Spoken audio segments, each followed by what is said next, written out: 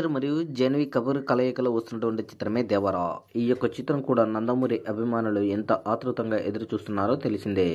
Pan India స్టార్లో ఎదిగిన తర్వాత వస్తున్న సినిమా కావడంతో ఎలాంటి కలెక్షన్లను రాబడుతుందా అని అందరూ అయితే ఆతృతంగా అయితే ఎదురు చూస్తున్నారు.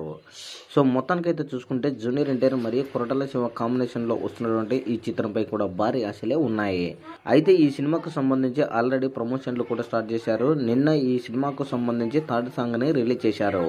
ఈ యొక్క సాంగ్ యూట్యూబ్లో రచరచ చేస్తుంది. ఇప్పటికి ఈ యొక్క సాంగ్ 40 మిలియన్ వ్యూస్ పైగా యూట్యూబ్లో వ్యూస్ రాబట్టి ఆల్ టైమ్ రికార్డు సృష్టించింది అనేది మనకు స్పష్టంగా తెలుస్తుంది. ఈ యొక్క ఇంతకు ముందు వచ్చినటువంటి 2 సాంగులు కూడా first song 70 million views Wagah రెండవ సాంగ్ 120 మిలియన్ వ్యూస్ వచ్చింది. ఈ థర్డ్ సాంగ్ కూడా కంపల్సరీగా 100 మిలియన్ వ్యూస్ వచ్చే అవకాశాలు ఉన్నాయని తెలుస్తుంది. అయితే ఈ నెల 10వ తారీఖున ఈ సినిమాకు సంబంధించి ట్రైలర్ రిలీజ్ చేసే అవకాశాలు ఉన్నాయని స్పష్టంగా తెలుస్తుంది.